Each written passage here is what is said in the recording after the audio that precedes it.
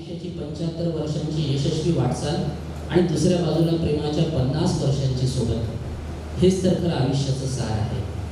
50 वर्षांपूर्वी सुरू झालेलं नातं, 50 वर्षांपूर्वी सुरू झालेलं नातं तेव्हा कदाचित साध्या मंगळसूत्राच्या गाठीनं जुळलं सुद्धा असेल, तेव्हा कदाचित साध्या मंगळसूत्राच्या गाठीनं जुळलं असेल, पण आज ते विश्वास, प्रेम आणि त्यागाच्या सोनेरी धाग्याने विणलेलं आहे।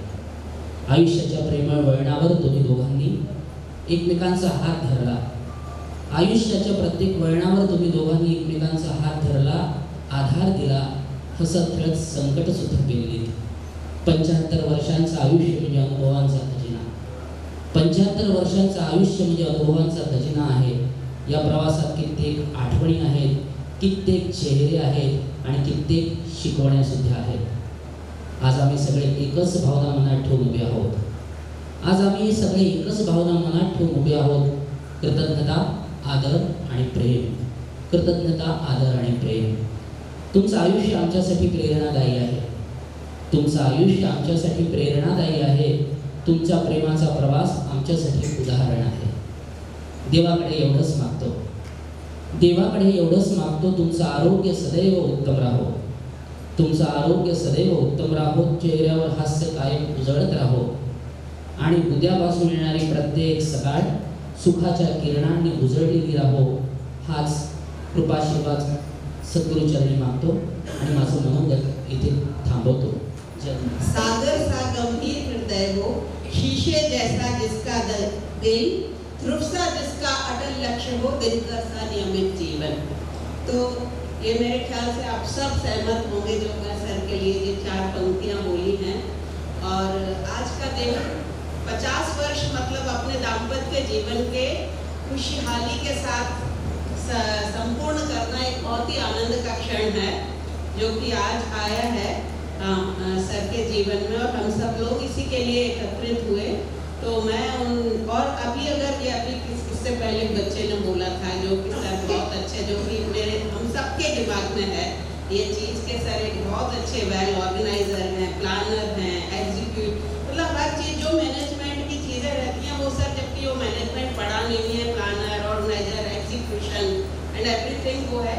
कोई भी कार्यक्रम रहता था जो जिस कमेटी में सर होते थे, मैंने भी सर के साथ बहुत काम किया है कमेटीज में, एकदम सिस्टमेटिकली कि इसके बाद ये करना। और कभी भी उनको ऐसा नहीं रहता था कि मैं ज़्यादा क्यों करूँ, वो आगे से करते थे। अगर नहीं किया, उनको कभी भी ऐसी शिकायत नहीं रहती थी कि जो मेरा पार्टनर कम कर रहा है मैं क्यों करता रहूँ, एकदम आगे से कभी कोई। And he is friend of everyone, कभी भी किसी को उनसे कोई शिकायत नहीं रही इस तरह की। और आज भी वो उतने ही ऊर्जावान है जितने जब थे। तो अभी देखो तो हमको कोई भी अंतर नहीं लगता, और शायद और ज़्यादा यंग हो गए हैं सर। और भगवान से यही प्रार्थना करते हैं कि ये ऊर्जावानता उनकी दिन दोगुनी रात चौगुनी बढ़ती रहे, इसी तरह से हम मिलते रहे। अभी हमने गोल्डन जुबली मनाई है, अभी हम डायमंड जुबली मनाएंगे फिर इसके बाद। और मैडम भी पहले भी जैसे शांत थी, आज भी वैसे ही शांत हैं, और शांत रह के दोनों में इतना अच्छा सामंजस्य बना हुआ है कि ये हम सबको उनसे सीखना चाहिए, सीखने के लिए हैं वो हमारे। हाँ हाँ, तो ये हमें, तो मैं बस अंत में यही प्रार्थना करती हूँ भगवान से कि वो इसी तरह से उनका जीवन चलता रहे और इसी तरह से वो ऊर्जावान बने रहे। धन्यवाद।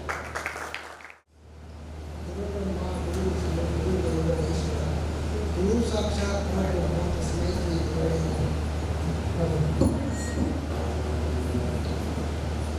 आज आपण सगळेजण प्रज्ञाच्या 75व्या वर्षात पदार्पणानिमित्त आणि आमच्या विवाहाच्या 50व्या वर्षाच्या सोहळ्यानिमित्त एकत्रित जमा झालेलो। मला कल्पना आहे या ठिकाणी येत असताना आपण किती प्रवासात सहन केला असेल, किती खर्च प्रवास केला असेल, त्यासाठी किती मेहनत घेतली असेल, या सगळ्या गोष्टीची जाणीव मला आहे। आणि त्या जाणीवेतूनच आपण या ठिकाणी आला, त्यात तुमच्या भावना आहेत, माझ्याविषयी त्या आमच्या कुटुंबाविषयी प्रेम आहे, आणि त्या प्रेमामुळे आपण सगळं आपल्या मात करून या ठिकाणी उपस्थित झाला। पुनश्च आपल्याला धन्यवाद देतो आणि आपलं उत्तरही कसं व्हावं याचा मी विचार करतो. पण उत्तरही होण्यापेक्षा याच्यात राहणं अधिक मला पसंत आहे. आत्ता मगाशी माझ्या नातवाने म्हटल्याप्रमाणे कारण 20 दिवसापूर्वीची परिस्थिती फार वाईट होती. हा कार्यक्रम रद्द करायचा असा मी ठरवलं होतं. पण आमचे डॉक्टर छट्टाने आणि आमचे डॉक्टर कमळे सरांची इच्छा तिच्या 75च्या संबंधात अतिशय प्रबळ होती. 2021 मध्ये मी जेव्हा ॲडमिट झाली तेव्हापासून घरी आणल्यापासून ते म्हणते तुम्ही काकू तुमची 75 साजरे करायचे. आणि मला असं वाटतं कदाचित त्यांचे हे आजची 75चा कार्यक्रम घडवण्यामध्ये उपयुक्त ठरलेले असावे. आत्ता मला कल्पना नव्हती. मला खरं अशा प्रकारचं बोलणं आवडत नाही. आमच्याविषयी चांगलं बोलायला पण आवडतं. याचं कारणच आहे की मी माझ्या सेवानिवृत्तीनंतर सुद्धा कातळकर सर म्हणाले होते की मला भाषण करायचं आहे. वाजपेयी सर म्हणाले भाषण करायचं. म्हणून भाषणाचा कार्यक्रमच नाही ठेवला. आजही मला ठेवायचा नव्हता. पण मागच्या वेळेस माझ्या पंचायतीत मी ठेवला नव्हता. पण माझ्या काही सुना म्हणाल्या काही मुलं म्हणाली की नाही आम्हाला बोलायचं होतं म्हणून यावेळेस हा कार्यक्रम ठेवू. आमचं लग्न 50 वर्षापूर्वी झालं आणि जोशी कुटुंब आणि बक्षी कुटुंब एकत्र आलं. परिवार एकत्र आला. लग्न याच्यामध्ये लग हा शब्द आहे. लग म्हणजे ग्रामीण भागातला शब्द आहे. लग म्हणजे दोन खांबांना जोडून जो घराला आधार देतो तो लग. आणि त्याच्यामधनं कधीही न दुमवणारं ते लग्न हे लक्षात घ्यायचं. अशा प्रकारची लग्नाची संकल्पना आहे. आणि त्या लग्नामध्ये दोन्ही कुटुंब हे एकत्र आले म्हणजे आपण म्हणतो दोन परिवार एकत्र आले. पण मी आणि प्रज्ञा दोघांनीही बक्षी आणि जोशी हा परिवार कधीही वेगळा मानला नाही. दोघे त्यांच्या घरातले प्रसंग असो माझ्या घरातले प्रसंग असो ते दोघांनी आम्ही सामोपचाराने साध्य केले. सुखदुःखामध्ये आम्ही सहभागी झालो आणि म्हणून हा दिवस आम्हाला बघायला मिळाला. मला एक आज संत सरांची आठवण येते. आमचं लग्न झालं आणि लग्न झाल्यानंतर मी संत सरांच्या घरी गेलो. मी होतो, ही होती आणि अरुण होता आमच्यासोबत. माझा मी होता. आमच्या संत सरांचा स्वभाव थोडा मिस्किन होता. ते मला म्हणाले नाकापेक्षा मोठी घड आहे. मी काही बोललो नाही. वाचन नाही केली त्याच्यावर. त्यांना उत्तरही दिलं नाही. चांगले होते. मग मी म्हटलं ठीक आहे. पण त्याच्यानंतर मग मात्र एक दिवस ते घरी आले आमच्याकडे. यायचे नाही मी. म्हणाले अरे मी आता मागे घेतो म्हणे तुम्ही दोघं एकाच एक जोड आहात म्हणे. काही त्याच्या जोड कोणीच नाही. हे आम्ही कधीही असं कोणाला न दुखवता फक्त वागण्यामुळे कृतीतून जसं चांगलं वागता येईल तेवढं चांगलं वागण्याचा प्रयत्न केला. आमचा बाबा इथे बसला आहे. तुम्हाला पुतळे आहे श्रीमान भारत उसून. त्यांनी माझ्या आत्मकथनामध्ये ज्या प्रस्तावना लिहिली आहे त्या प्रस्तावनामध्ये त्यांनी लिहिलेलं आहे की याला चांगली माणसं कशी मिळतात. बाबा खरं सांगतो मला एकही माणूस वाईट मिळाला नाही. एकही माणूस. मी हे कल्याणला मी इथून चादर फाटकी चादर घेऊन गेलो होतो आणि कल्याण होणार होतो ट्रकभर पाणी घेऊन होतो. हे सगळं प्रेमापोटी आहे. माझ्या कॉलेजचे प्राध्यापक 6-6, 7-7 प्राध्यापक तिथे आमच्या प्रिन्सिपल आहेत डॉक्टर रेणू शेवकाने. या इथे तेवढ्या कार्यक्रमासाठी आल्या. तिची बहिणी आल्या. मागच्या माझ्या पद्धतीनं 5-6 विद्यार्थी माझे आले. हे कशामुळे शक्य आहे तर केवळ प्रेमामुळे शक्य आहे. शब्दावर तुम्ही सगळ्यांनी म्हटलं मॅनेजमेंट. मी कुठे शिकलो मॅनेजमेंट. मला फार चांगले संस्कार लाभले. मी हे सगळं शिकलो सुभाष कुलकर्णी म्हणून शिकलो. सुरेश पांडुरंग कुलकर्णी आणि आपल्या इथले यवतमाळचे वसंतराव फडणीस आणि उमेश वैद्य या 3 लोकांपासून मॅनेजमेंट काय असते याचा मी अभ्यास केला आणि त्याप्रमाणे पुढे आयुष्यात वागण्याचं ठरवलं. या 3 लोकांनी मला या 3 लोकांना कोणी शिकवत नसतं. कोणी सांगत नसतं, कोणी शिकवत नसतं, असं करत नसतं आणि असं शिकवल्याने येत नाही. मी अभ्यास केला मनातून मला असं वाटतं की कोणती गोष्ट चांगली झाली पाहिजे आणि त्यासाठी आपल्याला काय परिश्रम करायचं. माझं खरंच प्लॅनिंग असतं. माझ्याकडे कोणी पाहुणेला म्हटलं की आमचं 15 दिवस प्लॅनिंग चालतं. ही पण मला सांगते आम्ही काय भाजी करायची, काय करायची, सगळी यादी तयार करतो. आत्ता पाहुणेला 4 दिवस तर 4 दिवसात आपल्या सकाळचा स्वयंपाक, संध्याकाळचा स्वयंपाक, सकाळचा नाश्ता, दुपारचा नाश्ता आमच्या कागदावर आहे आणि त्याप्रमाणे आम्ही केलं. हा एक भाग वेगळा. खरंच आम्ही दोघांनी तुम्ही म्हटल्याप्रमाणे संसार खूप चांगला केला, खूप चांगला केला. माझ्या कोणत्याही गोष्टीला प्रज्ञाने नाव म्हटलेलं नाही, कोणत्याच गोष्टीला. फक्त मला एक प्रसंग आठवतो, त्याला साक्षीदार सर्व धर्माधिकारी आहे. आम्ही दार्जिलिंगला गेलो होतो आणि दार्जिलिंगला गेल्यानंतर त्या ठिकाणी प्रज्ञामध्ये खूप चांगले गुण आहे. ती उत्तम कवयित्री आहे, उत्तम निवेदक आहे, उत्तम साहित्यिक आहे आणि एवढंच नाही, उत्तम निवेदक असून सुद्धा खूप चांगल्या प्रकारचं ती समीक्षा आहे. तिला 1 नंबरचा समीक्षा आहे. मला अजून आठवतं तिचा MA पेपर आर्किटेक्टमध्ये झाला होता आणि MA समीक्षेचा पेपर होता. त्या समीक्षेच्या प्रश्नामध्ये एका प्रश्नाचं उत्तर तिने जवळजवळ लिहिलं आणि चिठ्ठीच मॅडम होत्या तेव्हा मराठीला प्राधिकरणाला. त्या चिठ्ठीच मॅडमने 20 पैकी 20 मार्क दिले होते आणि एवढंच नाही थांबल्या त्या. तर चिठ्ठीच मॅडमने तो पेपर तिचा तसाच्या तसा वर्गात काढून टाकला MA लेवलला. हे लक्षात. आणि मग तो वाचल्यानंतर तर मुलं म्हणायला लागले, सर मॅडम हे काय तुम्ही आता काहीतरी तुम्ही बघा आपल्या हस्ताक्षर द्यायचं आहे, त्याच्या हस्ताक्षर अपूर्ण पेपर वाचतो. आणि दोघे त्यावेळेस आम्ही MA करत होतो. मी इतिहासामध्ये MA करत होतो आणि ती मराठीमध्ये MA करत होतो. तिने फर्स्ट टाइम मिळाला, मला मात्र 58% समाधान मिळालं. मी त्याचं नाही म्हणत, पण हे सगळं आणि त्यावेळेस तिची तब्येत बरोबर होती खूप. इतकं आम्ही अशा परिस्थितीतून वर आलो ना, काय सांगू शकत नाही. पण या सगळ्यामध्ये कोण आमच्यासोबत असेल का आमचे गुरु महाराज प्रमाण दिसत.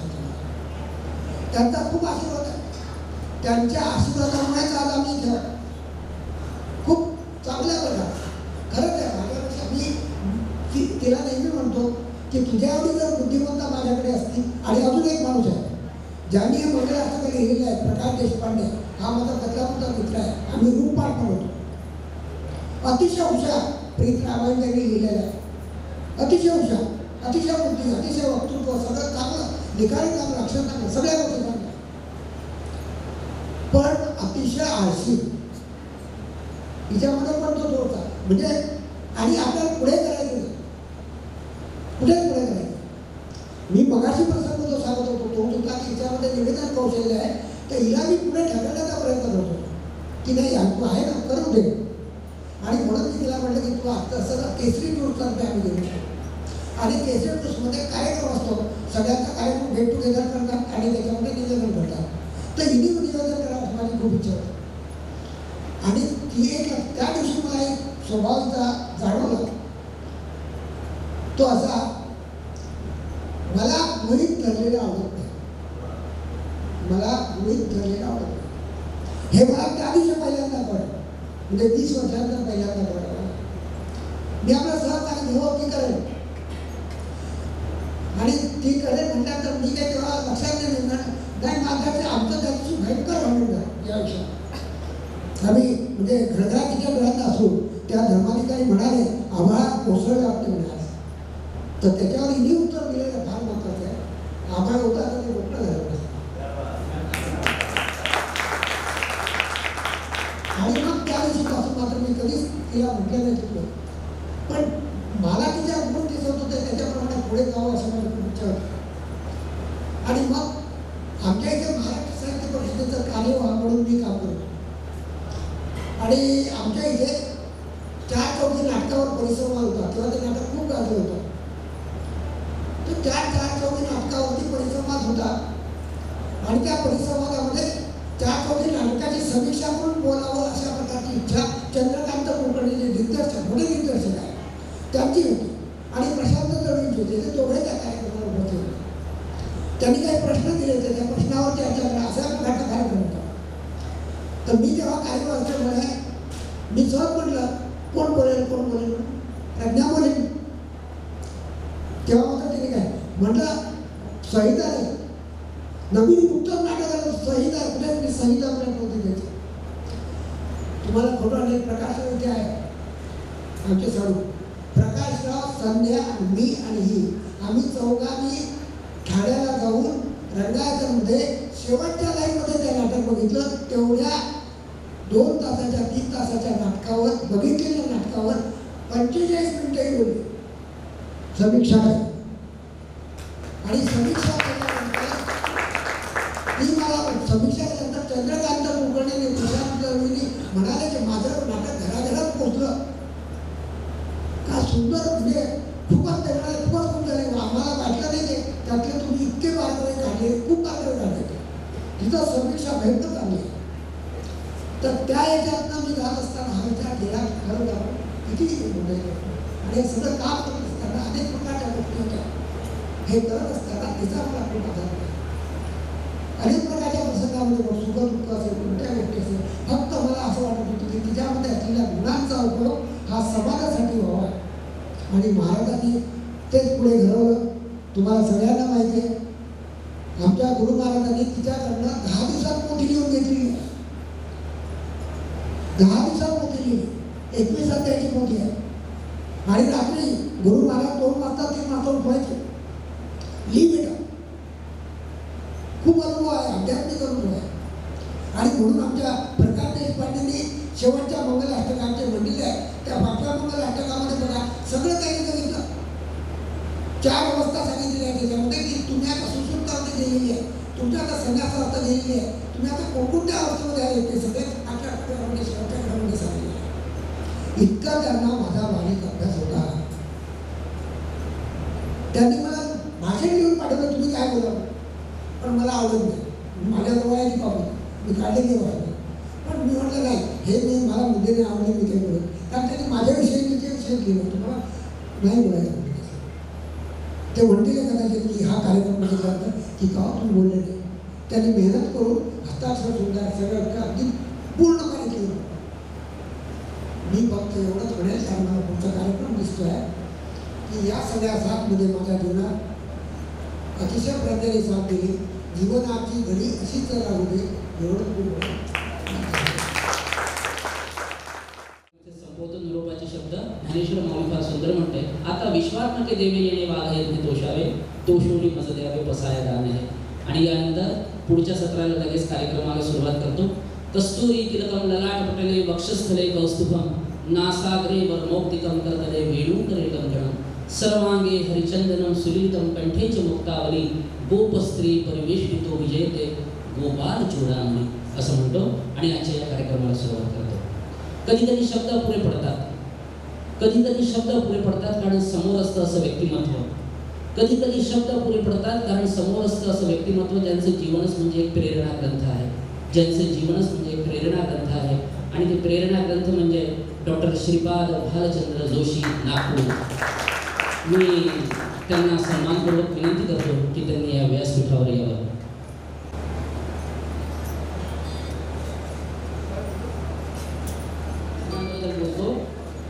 सर, आपण शिक्षण क्षेत्रात अनेक पिढ्यांना त्यांनी दिशा दिलेली आहे. साहित्य क्षेत्रात विचारांचं दालन त्यांनी खोललेलं आहे.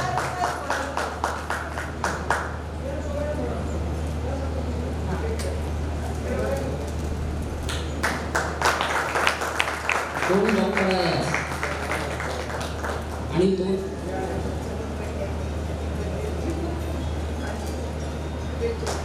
डॉक्टर शरद धर्माधिकारी. आपण अकोलानगर जिल्हा अहिल्यानगरचे आहात. आपण सेवा सदन कॉलेज ऑफ एज्युकेशन उल्हासनगर येथे 36 वर्ष प्रकार करणं हे आमच्यासाठी अतिशय श्रद्धेचं ग्रेहक काकूंना विनंती करतो.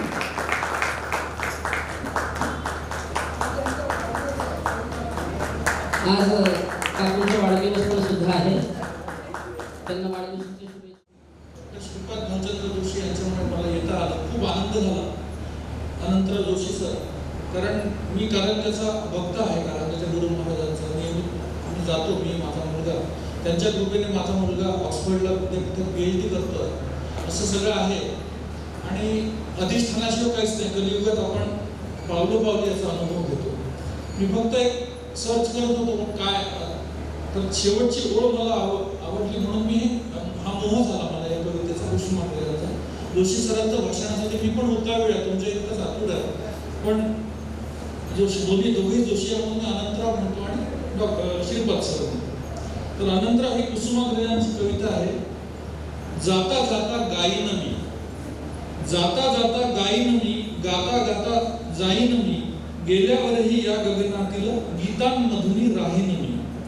माझे जगणे होते गाणे, माझे जगणे होते गाणे, कधी मनाचे कधी जनाचे, कधी घनाशय कधी निराशय, केवळ नाद तराणे. आलापिंची संथ सुरावळ, आलापिंची संथ सुरावळ, वा रागांचा संकर गोंधळ, कधी आर्तता काळ जातली, केव्हा फक्त बहाणे. राई मधले राजस पूजन, कधी स्मशानामधले क्रंदन, अजाणतेचे अरण्य केव्हा शब्द शहाणे. आणि शेवटचं कडवं आहे ज्याच्यातली तिसरी ओळ अनंतराव सरांना, जोशी सरांना लागू आहे. आणि त्यांच्या म्हणजे प्रज्ञाताईंबद्दल मी काहीच बोलू शकत नाही. ते म्हणजे गुढ म्हणण्यापेक्षा त्यांची लिंक बस डिवाइनच आहे. त्याच्यामुळे मी बोलू शकत नाही त्याच्याबद्दल. 15 दिवसात पोहोचली 20 दिवसात. जमले अथवा जमले नाही, जमले अथवा जमले नाही, खेद खंतना उरले काही, अदृश्यातील आदेशांचे ओझे फक्त आता वहाणे. गीता गेल्यावरही या गगनातील गीतामधून राहीन मी, अदृश्यातील आदेशांचे ओझे फक्त आता वहाणे. धन्यवाद. एक अतिशय पारिवारिक, कौटुंबिक, आत्मीय आणि सर्वधीय भारतीय रसशास्त्रामध्ये आनंदाची निर्मिती कशी होते याचं मी विवेचन केलेलं आहे. त्याची अनुभूती हा त्यातला सगळ्यात महत्त्वाचा भाग. ती अनुभूती येणं आणि ती अनुभूती देता येणं हे कलावंताचं काम आहे. ज्याला ती अनुभूती देता येत नाही, दुःखामध्ये सुद्धा सादर करताना तुम्हाला जो मिळतो तो आनंद असतो. दुःख अप्रतिम सादर झाल्याचा तो कलावंत दुःख क्लेश वेदना ते पात्र जेव्हा कळतं तेव्हा तुम्हाला दुःख क्लेश वेदना होणं म्हणजे तुम्हाला तो जो रस आहे तो तुमच्यापर्यंत पोहोचून त्याची प्रतीती येणं. त्याला आता हा इथे जे काही चाललेलं आहे ही एक रस प्रतीती आहे आणि ती प्रेमरसाची प्रतीती आहे. एक अतिशय प्रेमळ अशा कुटुंबाच्या 50 वर्षाच्या सहजीवनाचा हा प्रसंग आहे. आयुष्यात 75-76 वर्षाचं आयुष्य ज्या पद्धतीने आपण जगलो आणि त्याचं विवेचन 2 पुस्तकं आहेत. त्यांचा पहिलाच कविता संग्रह जो आहे शब्दाचं लेखनाला माझी प्रस्ताव आहे. आम्ही सगळे 1-1.5-2 वर्ष मागे पुढे असलेले समवयस्क आहोत, पण नात्याने तो माझा काका आहे, त्या काकू आहेत आणि त्याची सून बसली आहे. नात्याने आम्ही हे असे आहोत, पण ही नाती आमच्यामध्ये इतके वर्ष आम्हाला कधी नात्याने जाणवली नाहीत की यांच्या प्रेमाने जाणवली. फार कमी लोक आहे माझ्या कुटुंबात, परिवारात. याचा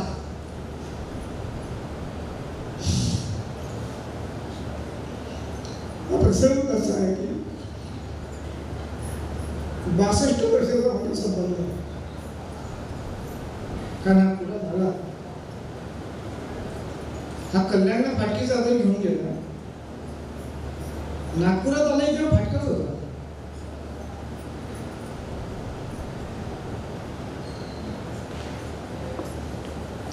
जे दिवस त्यांनी काढले सोबत काढले सहप्रवासी होता दिवसांचा, पण ते वाईट होते असं मी म्हणणार नाही. तोही म्हणत नाही, मी म्हणणार नाही, कारण ती आमची घडणावळ होती. घडणावळ फार महत्वाची आहे घडण्यासाठी.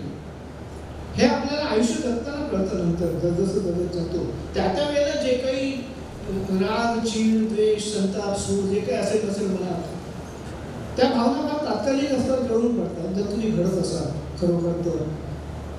आणि हे सगळं तुम्हाला घडवत असतं हे आपल्याला पुढे कळत जातं आपण घडल्यानंतर कसे घडलो याचा विचार करतो. झरा नावाचं याचं जे आत्मलेखन मी त्याला आत्मचरित्र म्हणत नाही, त्या प्रस्तावनेत मी त्याला आत्मचरित्र म्हटलेलं नाही. आत्मलेखन, स्वलेखन, आत्मचरित्र, चरित्र यात काही फरक आहे. सगळ्यात कठीण काही असेल तर स्वतःबद्दल लिहिणं. इतरांचं चरित्र लिहिणं तुलनेने फार सोपं. यांनी स्वतःकडे पाहिलं, मी पाहिलं त्यावेळेला ते तुम्ही वाचा जरूर आणि पुस्तक हे विकत घेऊन वाचलं पाहिजे हे महत्वाचं. हा जो झरा आहे जो आता इथे वाहताना आपण पाहतोय, अनेक जण त्याचा जो प्रत्यय अनेकांना आला आहे आणि त्यातून तेही जे वाहते राहिलेले आहेत त्यांनाही वाहतं करण्यामध्ये या दोघांच्याही वाहत्या झऱ्याचं जे योगदान आहे. अनेक लोकांनी आता त्यांच्या सहजीवनाबद्दल त्यांच्या व्यक्तित्वाबद्दल बरंच बोललं. माझ्यावर 3 जबाबदाऱ्या आहेत. एक तर बाबा माझ्या आयुष्यात त्या नात्याने मी इथे उभा आहे. दुसरं मी एक सार्वजनिक तथाकथित श्रीपाद बालकर्म जोशी नावाचं जे काही त्यानिमित्ताने उभा आहे. आणि त्याची अपेक्षा अशी आहे की मी केवळ एकच मला आश्चर्य असं वाटतं की काकूच्या वाढदिवसाच्या दिवशी यांनी आपल्या मित्रांचे वाढदिवस आणि पुतण्याचा वाढदिवस त्याचे झालेले 75 या सगळ्यांचं इतकं भान ठेवून त्या सगळ्यांच्या आपल्या वाढदिवसाच्या काकूंच्या वाढदिवसाच्या दिवशी या लग्नाच्या 50व्या वाढदिवसाच्या दिवशी इथे सत्कार केलेला आहे. ही जी कृतज्ञता आहे. आणि आशिष पुढे आशिष हा माणूस जर मला आधी भेटला असता ना नागपुरात, मी आता मनापासून बोलताना पाहतो तू काय म्हणाला भावासाठी मी आयुष्यात नाही ऐकलं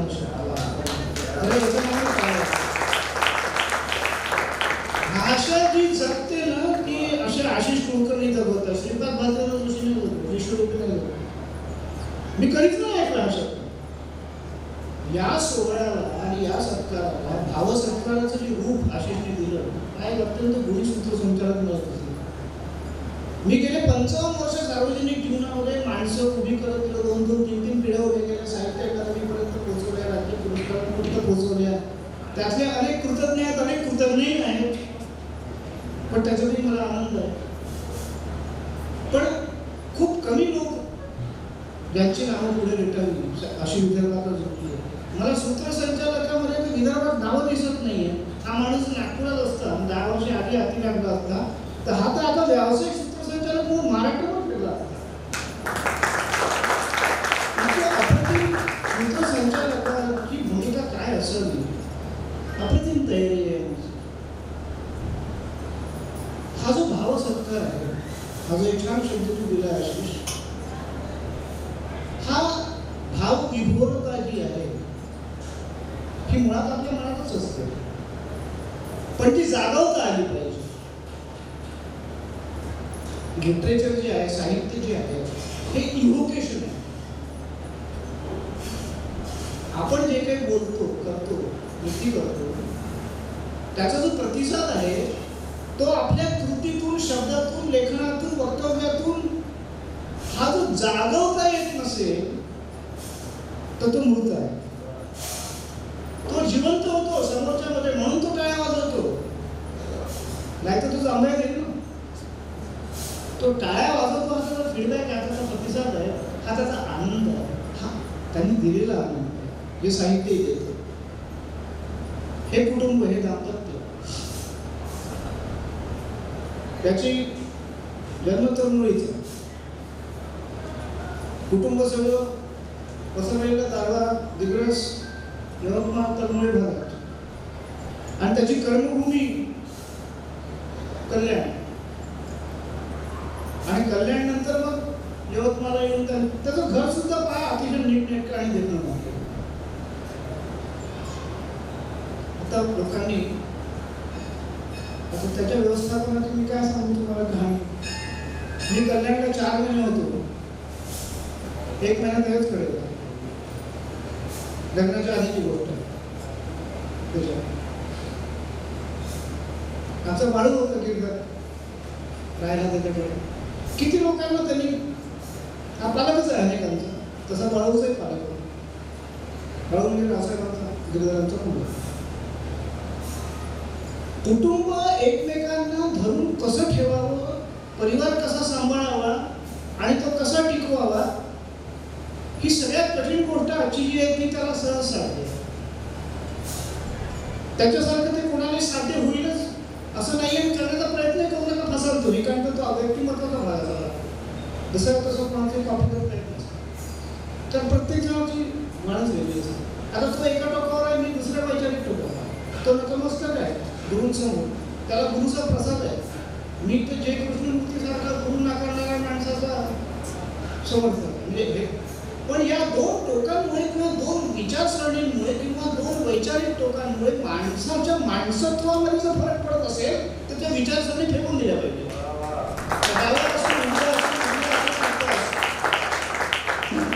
त्या जगण्यासाठीच्या आहेत, त्या विचारांच्या सरणी आहेत, त्या माणूस सरणी नाही आहेत, त्या विचार सरणी आहेत.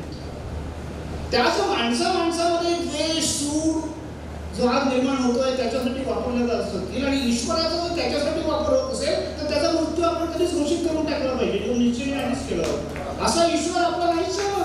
तो राम आपला नाहीच आहे जो मंदिरामध्ये आहे. आपला राम आपला कृष्ण वीरेचा आहे, कबीराचा आहे, आपल्या आत आहे, आपल्यापर्यंत आहे. तुम्ही कोणत्या रामाची टोळा बांधून रथयात्रा काढून दाखवणार आम्हाला की तुम्ही तुमचं वाजवत बसा, काय वाजवायचं ते आम्हाला ऐकू पण येत नाही. ही जी श्रद्धा आणि अंधश्रद्धेची फरक आहे. मी माझ्या मुख्य भाषेला सुरुवात करायची आधी यांच्यावरती बोलून थांबतो, मध्ये एक इंटरव्ह्यू करतो आणि मग पुढचं बोलतो, कारण 2 वेगळे भाग आहेत. ही जी श्रद्धा आहे, श्रद्धेसमोरची नतमस्तकता आणि अंधश्रद्धेमध्ये झालेल्या श्रद्धेचं रूपांतर या 2 पूर्णतः वेगळ्या गोष्टी आहेत. निर्मूलन श्रद्धेचं नाही करायचं आहे, कारण प्रत्येक गोष्ट माझी काल मार्क्सवर श्रद्धा असू शकते, लेनिनवर असू शकते, मावर असू शकते, ईश्वरावर असू शकते, तुकडोबाजीवर असू शकते, गाडीबाबावर असू शकते, कोणावर असू शकते, माझ्या आईवर असू शकते, बायकोवर असू शकते, मित्रावर असू शकते. ती अंधश्रद्धा आहे. पण त्याचं जेव्हा भांडवल होतं, व्यापार होतो, बाजार होतो, ती वस्तू होते, विकली जाते, त्याच्यातून जेव्हा शोषण होतं, ती समाजात भेदभावासाठी, असमानतेसाठी, विषमतेसाठी वापरली जाते, त्याचं राजकीयकरण होतं, सत्तेसाठी तिचा उपयोग होतो, तिला ठोकलं पाहिजे. त्याच्यासाठी दाभोळकरांचा, अडसरेचा मृत्यू त्याच्यासाठी झाला ना, अंधश्रद्धा निर्मूलनासाठी. विवेकाने बाळगलेली श्रद्धा आणि अविवेकाने बाळगलेली श्रद्धा हे जे कुटुंब आहे हे विवेकी श्रद्धावान कुटुंब आहे. कोणत्या श्रद्धेमध्ये समोर त्याचं मस्तक झालं पाहिजे? ज्या स्वरूपाची शुद्ध, मंगल आणि पवित्र श्रद्धा ठाकूर आणि अनंत बाळगतो आहे. श्रद्धेचं मांगल्य, पावित्र्य, शुचिता जी आज पूर्ण नाहीशी झालेली आहे ती टिकवणं फार कठीण काम आहे. त्या सगळ्यांपासून अलिप्त राहून या माणसामुळे कल्याणला मित्र मिळाले. रवींद्र लाखेसारखा, श्याम जोशीसारखा, जो बदलापूरला एवढं मोठं ग्रंथालय चालवत होता. नागपूरच्या ललित कला भारतीची शाखा कल्याणमध्ये अनंतामुळे नागपुरातून एखादी संस्था जाते आणि कल्याण मुंबईमध्ये शाखा उघडते. पहिल्यांदा घडलं. तिथं प्रसंग सांगत बसलं रात्र पूर्ण नाही, इतके बारकावे आहेत. पण या माणसाने नागपूर तरुणाईपासून, नागपूरपासून तर कल्याणपर्यंतचा, वाड्याच्या कॉलेजपर्यंतचा आणि प्राचार्य पदापर्यंतचा केलेला प्रवास सगळ्या घरामध्ये आलेला आहे. माझ्या प्रस्तावनेतही मी त्याबद्दल बरंच लिहिलेलं आहे. ते जरूर वाचा. जास्त त्याच्यावर मी आता विवेचन करत नाही. पण जो होतावळा जो परिवार याच्यावर प्रेम करणारा त्यांनी निर्माण केला. त्यांनी उदाशी म्हटलं त्याप्रमाणे ज्याला अजात शत्रू या शब्दावर मला फारसा विश्वास नाही, पण अनेकदा आपला अनेक गोष्टींवर विश्वास नसतो आणि तो बसतो. त्यातल्या या शब्दावर विश्वास बसवण्यासाठी हे दाम्पत्य जे आहे हे कारणीभूत. त्याला कोणी शत्रू असण्याचं कारणच नाही. आयुष्यात माणसं एकमेकांच्या सहवासात येतात, काही काळ एकमेकांची काटछाट करत राहतात, पण त्याचं शत्रुत्व मनामध्ये बाळगून आपण त्याला शत्रू मानणं, त्याने आपल्याला शत्रू मानणं असं आपलं वर्तन असणं हे या दोघांमध्ये नाही. त्यामुळे निरलस, सरळ, सज्जन, सच्ची असं कुटुंब, आदर्श कुटुंब. खरं म्हणजे आता दिनकर आमचं जे पुरस्कार द्यायचे आदर्श दाम्पत्याचा ते पुढे बंद झालं. नाही तर मी सुरेश पांढरे आणि दोघांची पांढरेंचं नाव त्यांचा पहिला पुरस्काराला सुचवलं तो दिलाही गेला होता. पुढे तो चालला असतो तर ज्या दाम्पत्याचं नाव त्या पुरस्कारासाठी सुचवणार होतं ते अनंत जोशी आणि प्रज्ञा जोशी होता. अशी दाम्पत्य सुद्धा, असं सहजीवन सुद्धा ज्याचा आपण सार्वजनिकरित्या उद्घोष करावा, गौरव करावा, सन्मान करावा आणि आदर्श म्हणून तो मांडावा, अशी पण आपल्याकडे फार कमी असतात. त्यातलं हे एक दाम्पत्य आहे.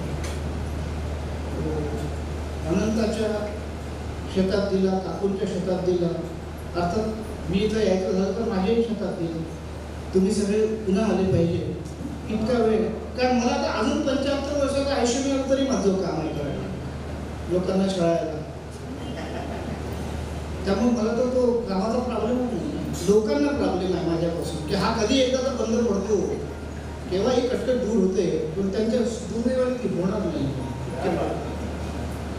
इथे थोडंसं मी थांबतो आणि त्याची ही इच्छा होती की मी थोडंसं भाषा, संस्कृती, साहित्य यावर सुद्धा बोलावं, जे मी उरलेल्या काही वेळा बोलतो. मध्ये थोडासा एक भावसत्काराचा कार्यक्रम करतो आणि सुनबाई सासूंचा सत्कार करतील आणि पुतण्या काकाचा सत्कार करतील. मगाचा सूत्र थोडं पुढे नेतो. भावसत्कार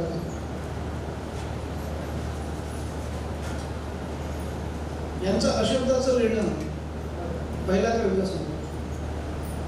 पहिल्याच कविता संग्रहामध्ये एखादी कवयित्री, एखादा कवी हा त्याच्यावरती श्रीपाद भालचंद्र जोशी यांनी लिहावं, कारण इथे काका पुतण्याचा आणि काकूचा काय संबंध नाही. इथे साहित्याचा, लेखनाचा, लेखकाचा आणि समीक्षकाचा संबंध आहे.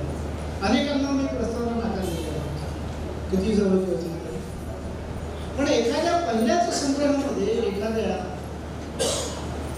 माझ्यासारख्या थोडे चुजी असलेल्या माणसाला लिहावंसं वाटणं ही तशी कठीण गोष्ट आहे.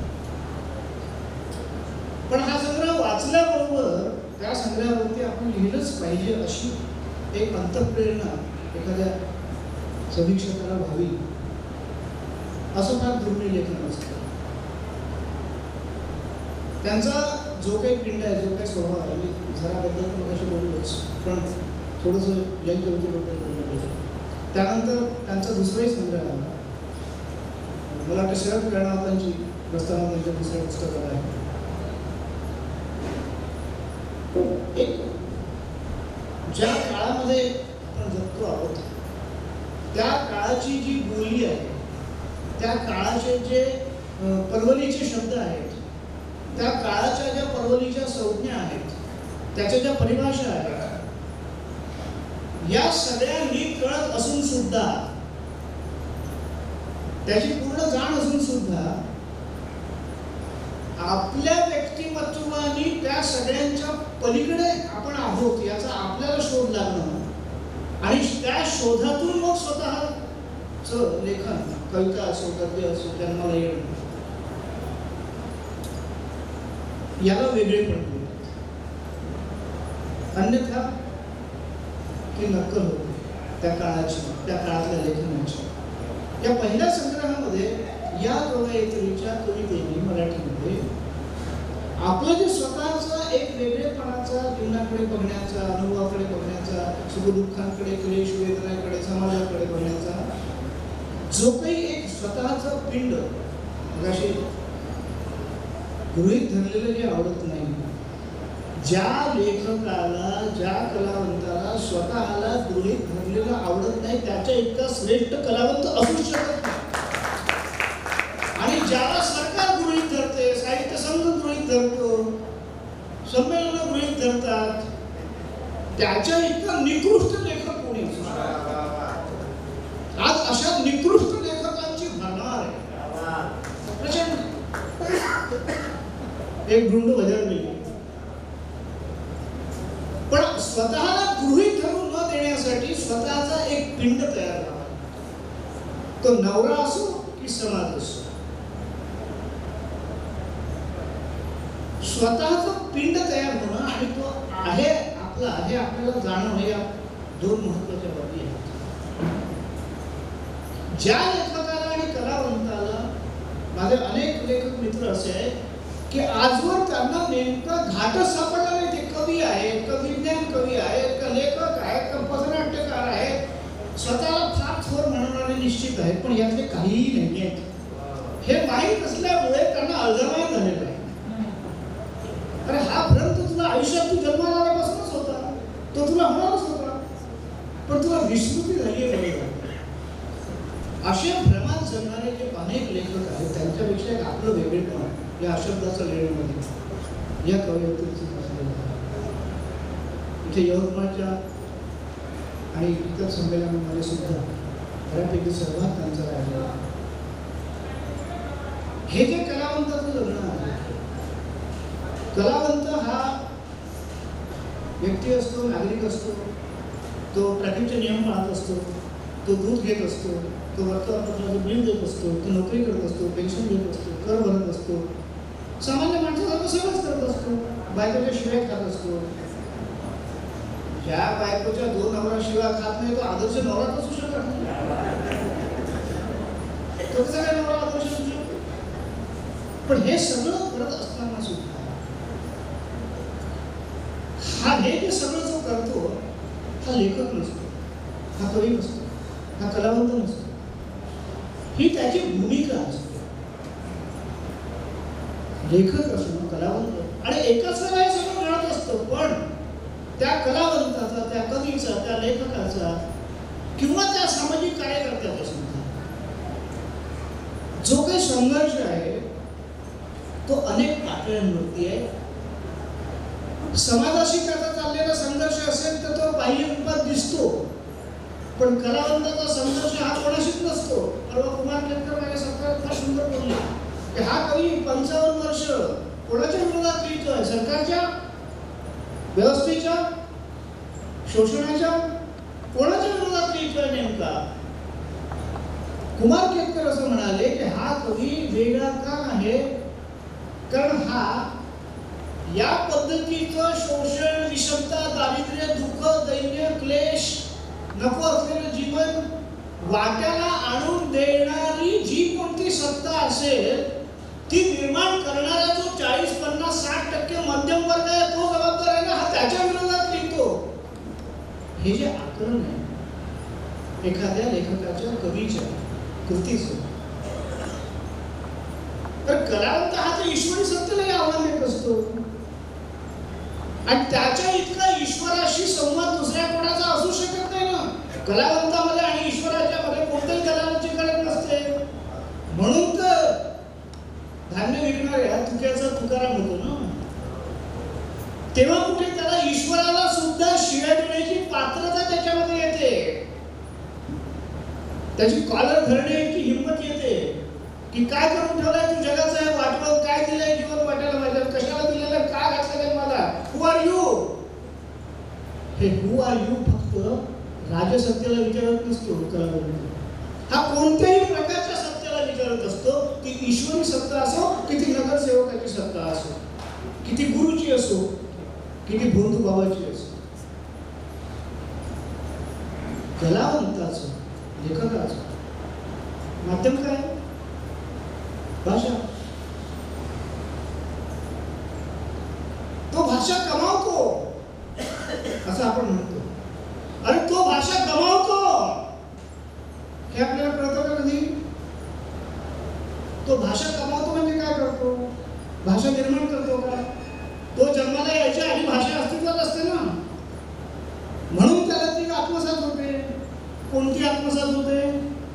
ज्या घरात तो जन्माला येतो त्या घरातली, म्हणून ती मातृभाषा. ज्या वस्तीत तो खेळतो तिची ती असते, म्हणून ती त्याच्या समाजाची भाषा. ज्या गावात तो असतो, जिथे तो मोठा होतो, ज्या भाषेत तो मोठा होतो, त्या गावाची भाषा. ज्या राज्यात, ज्या प्रदेशात, ती त्याची भाषा असते. तो नाही घडवत भाषा. भाषा घडत असते. हा भाषेचा शिल्पकार वगैरे नसतो आणि हा भाषा प्रभू वगैरे पण नसतो. फालतूची विशेषणं फेकून द्या, डोक्यात ठेवू नका. तो भाषा घडवतही नसतो, शक्य झाला तो बिघडवत असतो. घडवत कोण असतो? भाषा घडवत असतो तो ज्या समाजात तो घडत असतो त्या समाजात भाषा घडत असते आणि ती भाषा सामान्य माणूस घडवत असतो.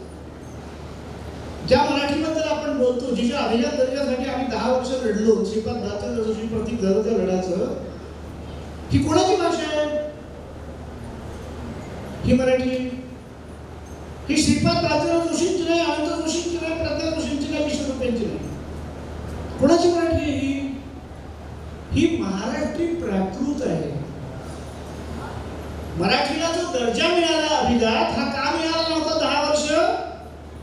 कारण ती प्राकृत होती. प्राकृतला 2500 वर्षानंतर राजसत्तेने मराठी नावाच्या भाषेला कुठल्याही पहिल्यांदा अभिजात हा दर्जा दिलेला. याचा अर्थ प्राकृतला अभिजात दर्जा मिळाला आहे आणि प्राकृतला अभिजात दर्जा मिळण्याचा अर्थ सगळ्या भारतीय भाषा या संस्कृतोद्भव आहे. या ईश्वरवाणीतून येणाऱ्या भाषिक सिद्धांताला प्रचंड मोठा हादरा देणं आहे आणि म्हणून 10 वर्ष तो दिला गेला नाही. तो मिळाला पण पैसे किती मिळणार आहेत, माझ्या खिशात किती येणार आहे, याला काही अर्थ नाही आहे.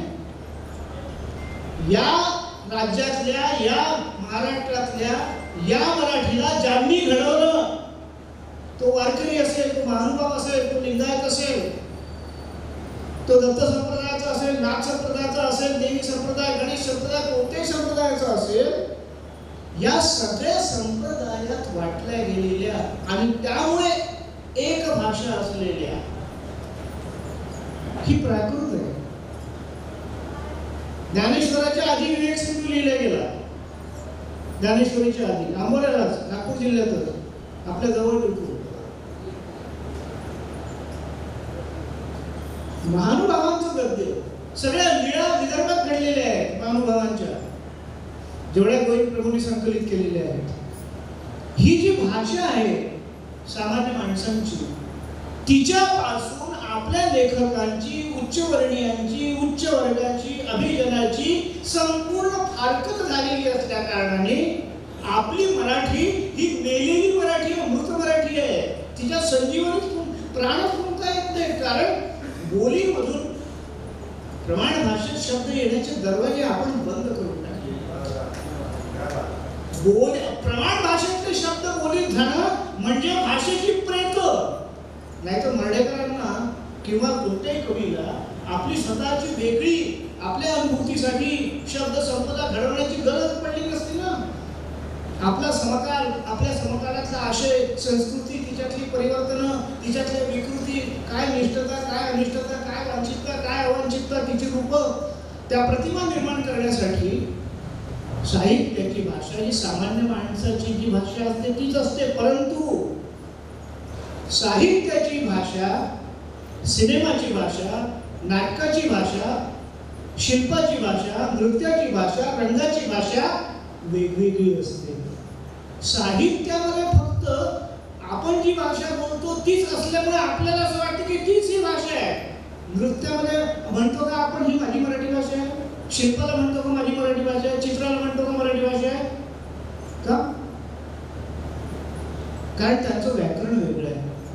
शिल्पाला व्याकरण आहे, चित्राला व्याकरण आहे, नृत्याला व्याकरण आहे, सिनेमालाही व्याकरण आहे. आपण जो सिनेमा टीव्हीवर 24 तास पाहतो सिनेमा नाही आहे. हे सिनेमा नावाच्या कलेचं अत्यंत बाजारूकरण आणि विकृतीकरण आहे, जाहिरातदारांच्या सोयीसाठी आणि तसा समाज घडवण्यासाठी. सिनेमा कसा पाहावा आपल्याला माहिती नाही, नाटक कसं पाहावं आपल्याला माहिती नाही, शिल्प कसं पाहावं माहिती नाही, चित्र कसं पाहावं माहिती नाही, नृत्य कसं त्याचा आस्वाद घ्यावा माहिती नाही. का माहिती नाही? माझा त्याच्याशी संबंध नाही. अरे का संबंध नाही? हे लेखक म्हणतात पण आमचे विद्वान विचारवंत, म्हणजे मी ललित लेखक आहे, माझा त्या वैचारिक लेखनाशी काही संबंध नाही. अरे मूर्ख माणसा, तू ललित लिहितो, त्या भाषेत लिहितो आणि त्याचा विचार मेंदूत करतो आणि तू भाषेतून करतो, म्हणजे तू विचार करतो ना, म्हणजे विचाराशी संबंध आहे की नाही तुझा? मग विचाराशी संबंध आहे तो वैचारिकतेशी कसा नाहीये? आपलं दुर्दैवाने भाषा शिक्षण झालेलं नसतं. आपण जे शिकलो असतो भाषा, MA जरी झालो भाषेमध्ये, PhD जरी झालो, तरी आपल्याला बिलकुल बालवाडीपासून तर MA PhD पर्यंत आपण काय शिकतो? साहित्य शिकतो. साहित्य म्हणजे भाषा नव्हे. साहित्याची भाषा ही जी भाषा आहे तिच्यातून त्या अनुभूतीसाठी त्या लेखकाने, त्या कवीने तिला दिलेलं प्रतिमारूप आहे. जसं जाहिरातीमध्ये जी भाषा वापरली जाते ती जाहिरात प्रतिमा होऊन येते, सिनेमात प्रतिमा होऊन येते, चित्रात प्रतिमा होऊन येते, नाटकात प्रतिमा होऊन येते. त्यामुळे ही जी भाषा आहे, आपल्याला भाषा शिकवलीच जात नाही. भाषेचं विज्ञान आपल्याला बिलकुल ठाऊक नाही. व्याकरण म्हणजे भाषा विज्ञान नाही, व्याकरण म्हणजे भाषेत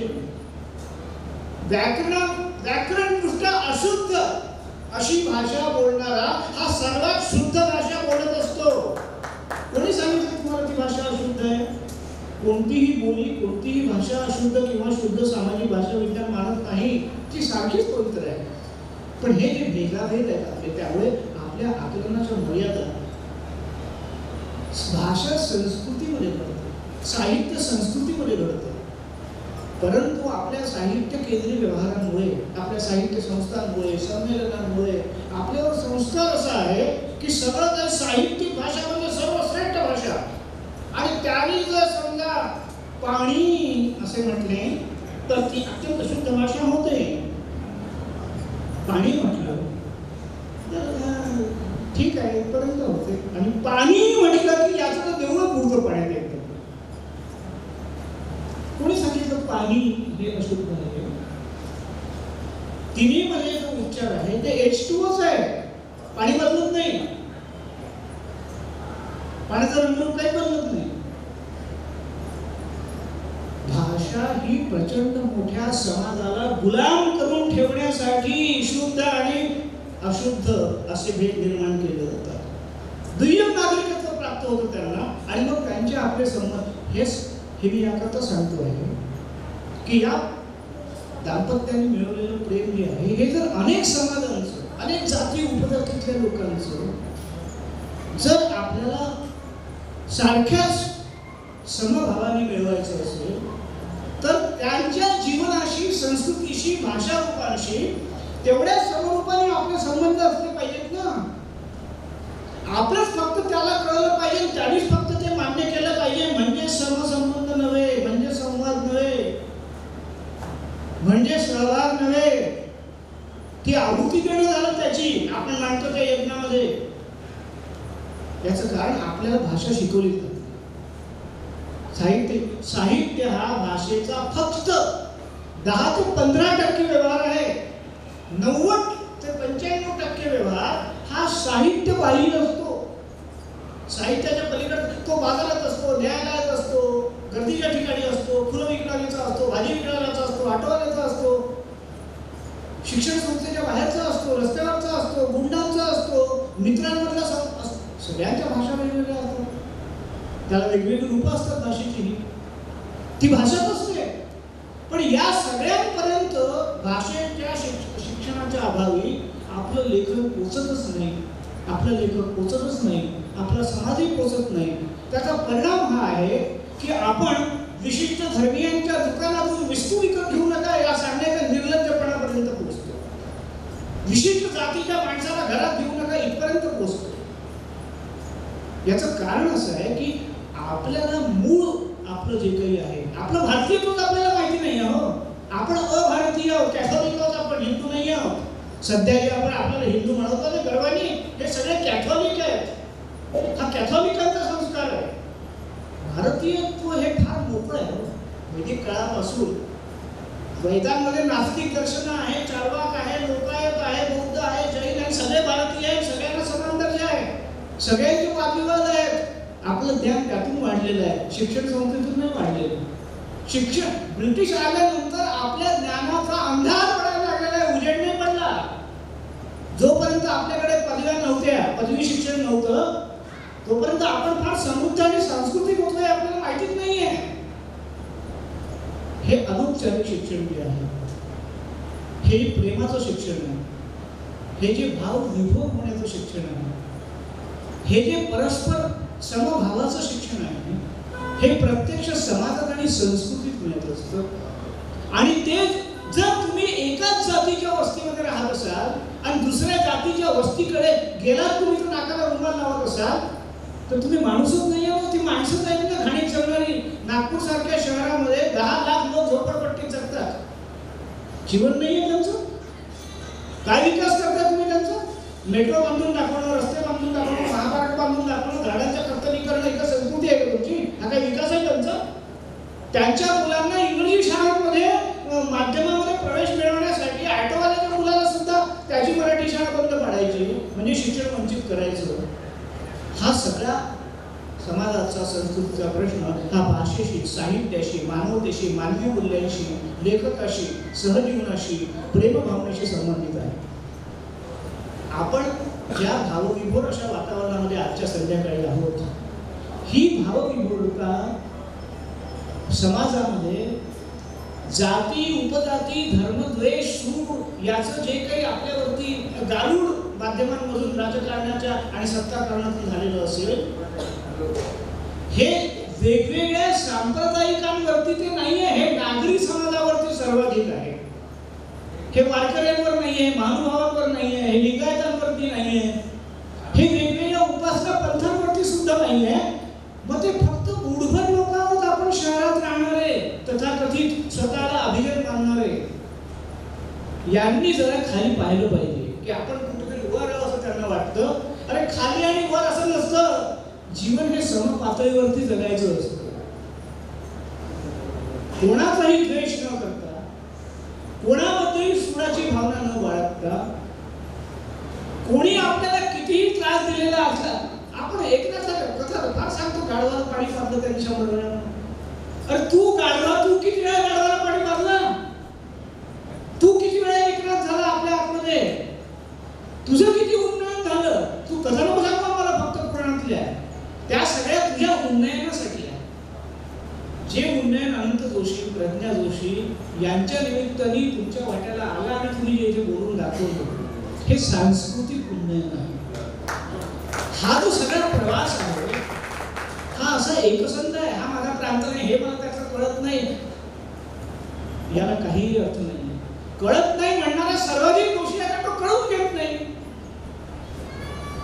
जसा लाच देणारा घेणारा दोषी आहे, लाच देणारा जितका दोषी आहे, तसंच कळत नाही म्हणणारा, याला कळूनच घ्यायचं नाही, त्यामुळे तो अधिक दोषी असतो. हे जे काही मी आता इथे मांडलेलं आहे, या दाम्पत्याच्या सहजीवनाच्या आणि या भावसत्काराच्या आणि या भावविभोरतेच्या निमित्ताने ही भावविभोरता अधिक वाटली जाते, अधिक समाजसन्मुख व्हावी. यांचा हा जो परिवार आहे, माझा माझी वस्ती, माझा गाव, माझं राज्य, माझा प्रांत, माझा देश, माझं विश्व, विश्वात्मके देव म्हटलं नुसतं पसायदा, ज्याचा अर्थही कळत नाही आपल्याला काय नेमका तो, म्हणजे विश्वात्मके नाही देणं मिळत. तुम्हाला व्हावा लागतो विश्वात्मक. जे ज्ञानेश्वर झाला त्याच्यासाठी छळ सोसून घ्यावा लागतो समाजाकडून, स्वतःकडून. कारण समाज आपल्या डोक्यात असतो, स्वतःचा छळ करावा लागतो. मुक्ती म्हणजे आधी स्वतःची मुक्ती.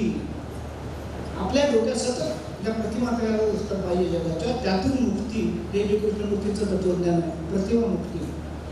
हे दोघांनी सुद्धा आपल्या आयुष्यामध्ये हे प्रतिमा मुक्तीचं तत्वज्ञान, जे कृष्णमूर्ती वाचला असेल नसेल, पण जे जपलेलं आहे. म्हणजे प्रत्येकाला काही कारण मार्क्स वाचावाच लागतो असं नाही. समाजामध्ये एकदा फिरलं, विषमता दिसली की आपोआप मार्क्स वाचलं जातं आणि शोषण समजतं. तसं ही जी आपली प्रतिमा आपल्याला कशी हवी, प्रत्येक क्षणाला ती ताजी कशी हवी, ती निरागस कशी हवी, याचं हे जे आज उदाहरण आहे, त्या निमित्तानं मला इथे हे सगळं त्यांनी बोलतं केलं त्याबद्दल मी आपला अतिशय ऋणी